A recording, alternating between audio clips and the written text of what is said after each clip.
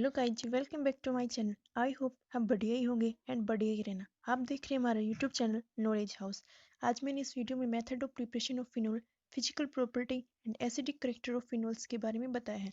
दो मेथड्स हमने कल कर लिए थे, बाकी के हम आज करने वाले हैं। तो आपसे रिक्वेस्ट है कि चैनल को लाइक, कमेंट एंड सब्सक्राइब जरूर करें। तो चलिए दोस्तों, वीडियो को स्टार्ट करते हैं।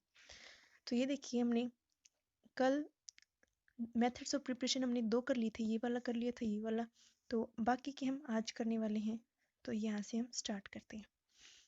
नेक्स्ट मेथड ऑफ प्रिपरेशन हमारा फ्रॉम क्यूमीन। क्यूमीन का फॉर्मूला होता है आइसोप्रोपाइल बेंजीन। ये वाला इसका स्ट्रक्चर रहेगा क्यूमीन का। बेंजीनिंग, बेंजीनिंग के ऊपर सी, सी के तीनों तरफ, एक तरफ H, एक तरफ CH3 एंड एक तरफ CH3। इस क्यूमीन को हम किस लिए यूज कर सकते हैं? It is used for large scale of preparation of phenol. मतलब इससे हम फिनोल लार्ज स्केल पर बना सकते हैं। अगर क्यूमीन को हम एयर में ऑक्सीडाइज करेंगे एट 333 टू 353 केल्विन पे, तो हमें मिलेगा क्यूमीन हाइपर ऑक्साइड, हाइड्रो पर ऑक्साइड, जिसका फॉर्मूला रहेगा बेंजीन के ऊपर सी और सी के दो साइड पर मिथाइल ग्रुप एंड एक साइड पर OOH ग्रुप। एंड नेक्स्ट आगे हम इसका हाइड्रोलिसिस करेंगे तो हमें मिल जाएगा फिनोल प्लस में एसीटोन बाहर निकल जाएगा, और एसीटोन का फॉर्मूला होता है CH3COCH3। तो गाइज, आपको पता होना चाहिए कि ये क्यूमीन है, ये क्यूमीन हमें कहाँ से मिला है। तो अगर हम बेंजीन की रिएक्शन करवाएंगे प्रोपाइलिन के साथ, प्रोपाइलिन होता है CH3CH डबल बॉन्ड CH2। इसकी हम रिएक्शन करवाएंगे FeCl3 के साथ में, तो हमें क्यूमीन मिल जाएगा, जिसका फॉर्मूला होता है आइसोप्रोपाइल बेंजीन। नेक्स्ट मेथड हमारा बाय डोज प्रोसेस। इसमें हम क्या करते हैं, हम क्लोरोबेंजीन को लेते हैं। ये हमारा क्लोरोबेंजीन, इसकी हम 2NaOH के साथ में रिएक्शन करवाते हैं। NaOH हमें कितना लेना होता है? 10, ओनली 10%। इसकी हम अगर दूसरा एटमोसफियर पे प्रेशर पे हम इसकी रिएक्शन करवाते हैं NaOH के साथ में, तो हमें क्या मिलता है? सोडियम फिनोक्साइड मिलता है हमें, सोडियम फिनोक्साइड। प्लस में NaCl बाहर निकल जाता है, और अगर हम इसका फिर से HCl के साथ में रिएक्शन करवाएंगे तो हमें मिल जाएगा फिनोल प्लस में NaCl। ये वाली होता है डोज प्रोसेस।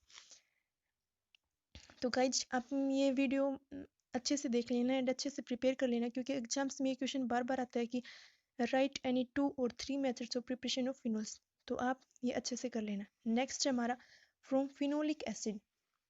इसमें हम क्या करते हैं, ये वाला हमने ले लिया फिनोल, और फिनोल की ऑर्थो पोजीशन पे हमने लगा दिया COONA, ये वाला ग्रुप। तो इसका नाम हो जाएगा सोडियम सैलिसाइलेट। क्या नाम इसका? Sodium salicylate. इसकी हम रिएक्शन करवाएंगे NaOH के साथ में in the presence of CaO। ये वाला कंप्लीट हो जाएगा सोडा लाइम। क्या नाम बोलते हैं हम इसे? Soda lime. तो फिर हमें मिलेगा OH बेंजीन पे, तो वो हो जाएगा फिनोल प्लस में Na2CO3 बाहर निकल जाएगा। नेक्स्ट हमारा फ्रॉम ग्रिग्नार्ड रिएजेंट। इसका फॉर्मूला होता है ग्रिग्नार्ड रिएजेंट का RMGX। ये आपको पता होना चाहिए, मैनी रिएक्शन में यूज होता है। तो इसमें क्या करते हैं हम, फिनोल में be prepared by treating aryl magnesium bromide with oxygen followed by hydrolysis of the product. ये मैं आपको समझाती हूँ। जैसे हमने ले लिया 2ArMgBr। AR कोई भी aryl compound, Mg magnesium and Br ब्रोमियम। अगर इसका हम ऑक्सीजन के साथ में रिएक्शन करते हैं तो हमें मिलेगा 2ArOMgBr, और फिर हम इसका हाइड्रोलिसिस करते हैं तो हमें मिलता है 2ArOH प्लस 2MgO।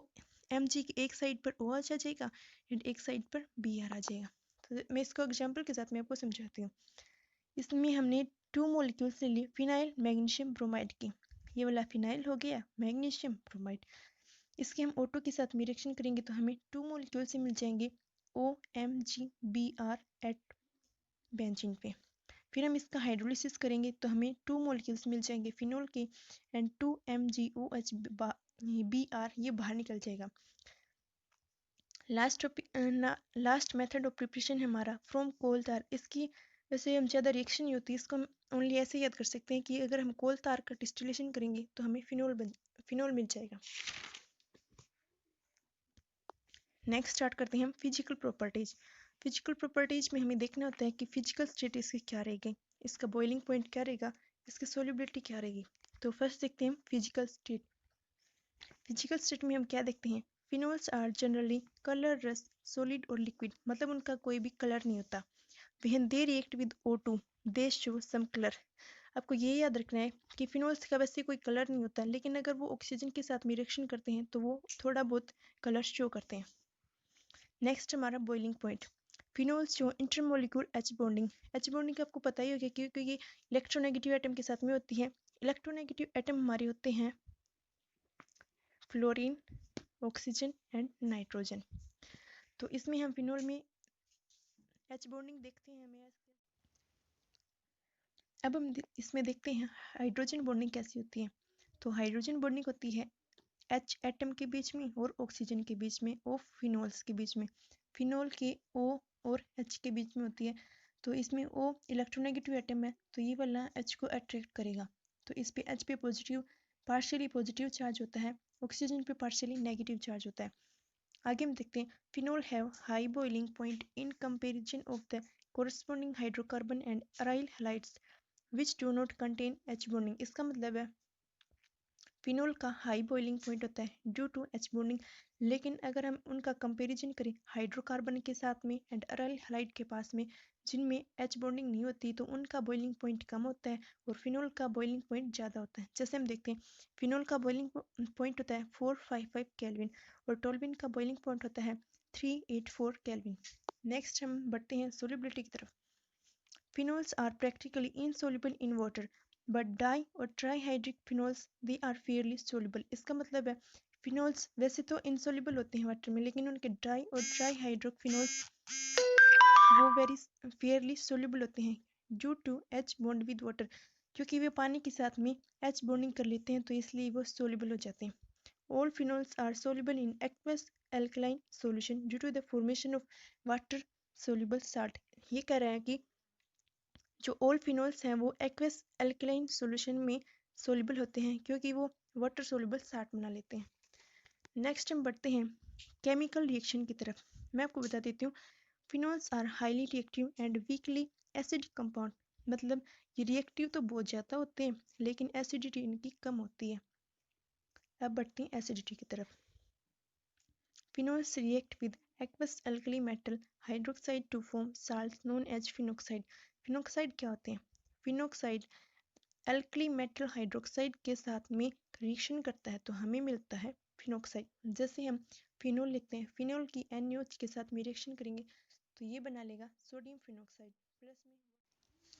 तो आगे चलते हैं, जैसे phenols do not react with aqueous carbonate और बाइकार्बोनेट। ये हमें पता होना चाहिए कि फिनोल कार्बोनेट और बाइकार्बोनेट के साथ में रिएक्शन नहीं करता, लेकिन जैसे साल्ट और फिनोल, फिनोल का साल्ट हो गया जैसे sodium phenoxide,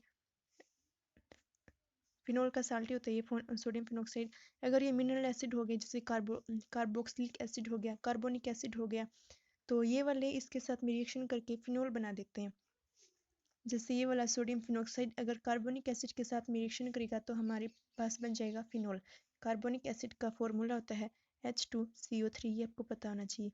carboxylic acid strong acid होता है, फिनोल वीक एसिड होता है, प्लस में NaCO3 बाहर निकल जाएगा। आपको एसिडिटी कांस्टेंट के बारे में भी पता होना चाहिए। जैसे एसिडिटी कांस्टेंट होते हैं Ka एंड pKa। ये है, इनसे हमें पता चलता है, इनसे हम कंपैरिजन कर सकते हैं किसी भी दो कंपाउंड्स के कि उनमें पता लगाने के लिए कौन सा मोर एसिडिक और वीक एसिडिक है। तो हमें पता होना चाहिए फिनोल्स का Ka कितना होता है 10⁻⁻10, कार्बोक्सिलिक एसिड का कितना होता है 10⁻⁻5, कार्बोनिक एसिड का कितना होता है 10⁻⁻7। हमें एक बात ये भी पता होना चाहिए कि Ka is directly proportional to acidity, मतलब जिसका जितना Ka बड़ा होगा उसकी एसिडिटी भी बड़ी होगी। एंड आपको पता होना चाहिए कि फिनोल्स होते हैं वो अल्कोहल से ज़्यादा एसिडिक होते हैं लेकिन कार्बोक्सिलिक एसिड से वीक होते हैं। तो नेक्स्ट हमारा टॉपिक रहेगा phenols are much more acidic than alcohols why. ये हमें एक्सप्लेन करना है।